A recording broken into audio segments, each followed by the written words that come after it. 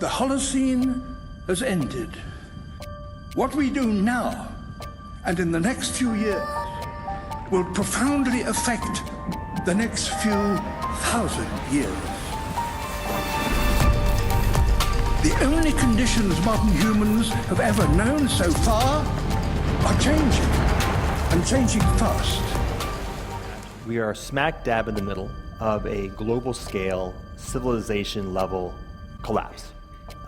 Now, if we do our job right, it will be a transition to something else. I would like to express my personal thanks to President Donald James Trump.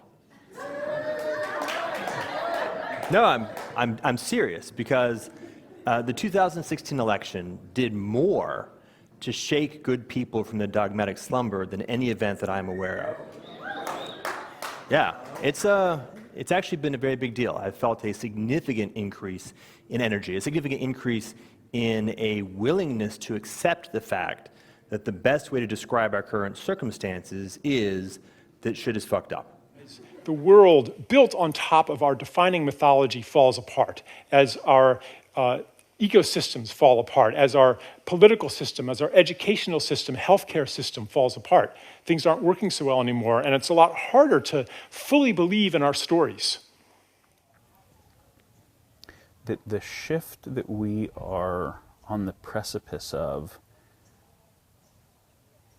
is not like the shift from the Dark Ages to the Enlightenment, or even the agricultural revolution. It's like more like a shift from single cell to multicellular life. It's like a really deep fundamental shift in the level and type of complexity in the nature of reality that we're talking about. Understanding of what's real and what's possible and who we are.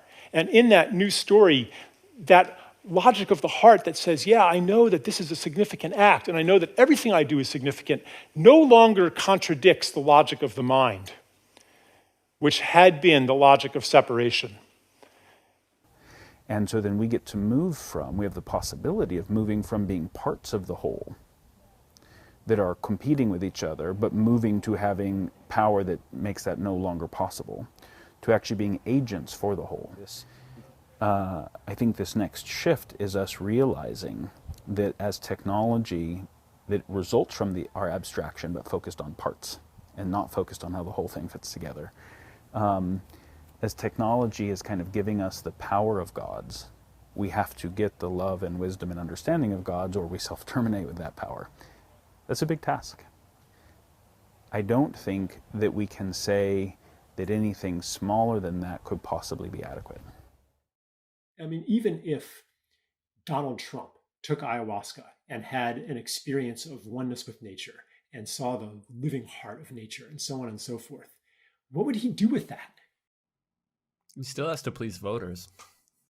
Yeah, I mean, and what about his cabinet, and what about Congress, and what about the CIA, and like all of these, and if he says anything of this, people are going to think he's crazy. And so he's like, well, I'll keep this knowledge secret and I'll do what I can.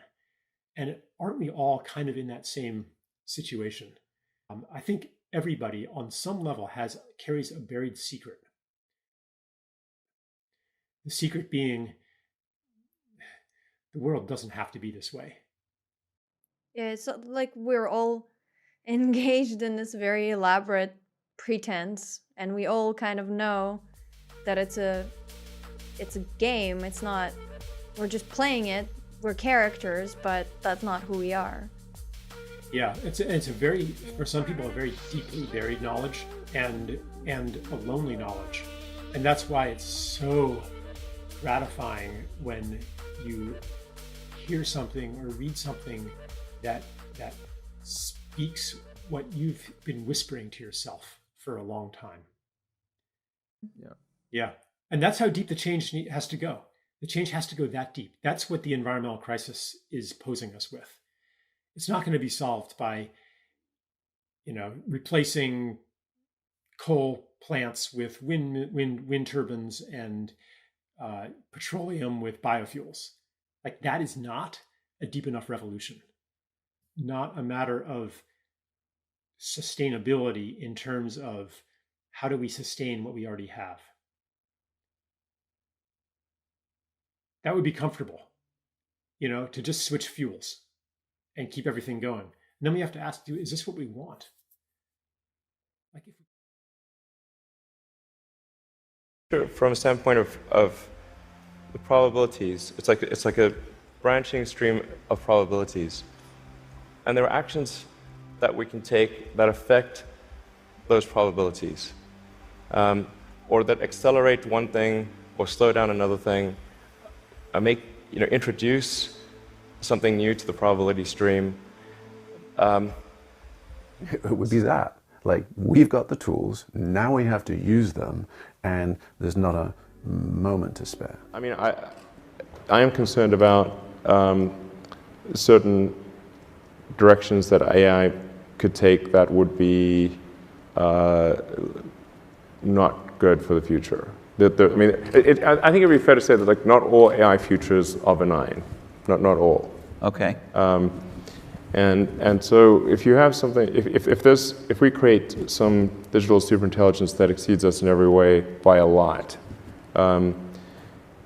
it's very important that that be benign. As far as saying that would be like my only hope for a kind of glorious revolution versus a bloody reign of terror.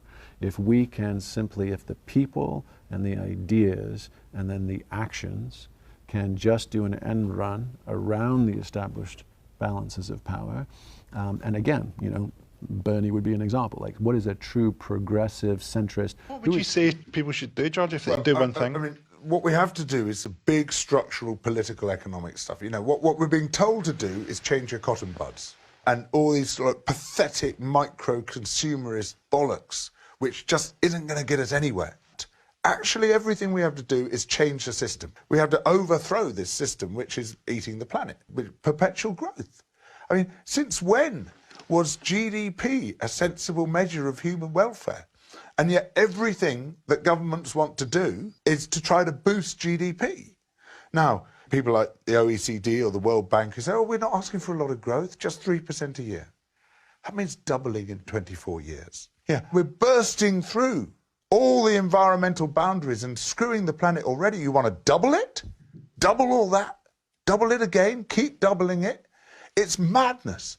We've got to find a better way of measuring human welfare than perpetual growth. We've got to, there's time, but we can't do it by just pissing around at the margins of the problem.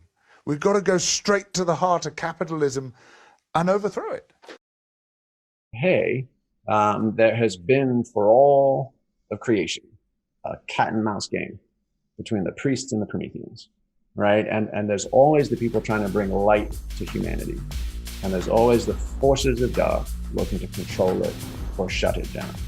It has ever been thus, right? From ancient Greece through MK Ultra, right? And CIA projects. And even, we said, hey, our worst enemies are weaponization, commercialization, and hedonization, right? Our own worst impulses. So it can either be taken over by state or non-state actors, or it can be co-opted to sell us more shit, or we put it in the ditch all by ourselves. And these are structural dynamics, then they should behave according to the persistent historical pattern of it always starts out utopian and it's going to change the world, and it always ends up hegemonic and centrally controlled. So unless we want that to happen, folks, the only solution that we think is possible is to open source the tools for self-realization, community connection, and healing ahead of all the efforts to co-opt it for darker ends and be a bunch of, this is the Rebel Alliance. Like, that's the only hope we have, is if we can publish the plans for the Death Star, right? And the tools for our own liberations.